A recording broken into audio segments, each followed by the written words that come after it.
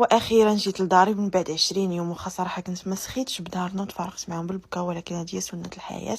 هنا خاصني نجمع الرحيل ديالي وشحال من حاجه. بعد اول حاجه والله يسمح لنا من الوالدين، سبقت ولدي هو الاول. انا باقي عيانه والله ما ارتاحيت، قلت غادي نبدل ليه هو الاول، نقاد ليه حالته نطرف ليه، ولكن كيف العاده ضروري خصني نلعب معاه وندير ليه الخاطر باش يخليني نبدل ليه، حيت ما كيحملش تبدل، عكس الدوش ما كيخرجش ليا منه. صافي هنايا لبستو هاد السيرفيت هادي، كنت خديت عليه من مرجان صراحه زوينه بزاف. ايوا هنايا جيت تشوفوا لي الصدمه، لقيت الدنيا مرونه، حيت راجلي كان مره كيجي للدار وفين ما كيبدل كيخلي هذا الشيء. انا بعدا صافي سخفت بجمع ديك الدار حتى سخفت، وما كنحملش الروينه، ما كنحملش نبات في الروينه.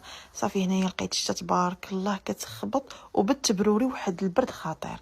من بعد هنايا مشيت ضربت باحسن تدويشه باش هكا نحيد عليا العيا، وغندير لا كريم ديال اونيسكين اللي كتفتح اللون ديال البشره، واللي كتحيد الحبوب، اللي كتحيد السيكاتريس، اللي كتحيد الكلف. اللي عندك الكلف قديم هادي غادي تحيدو لك.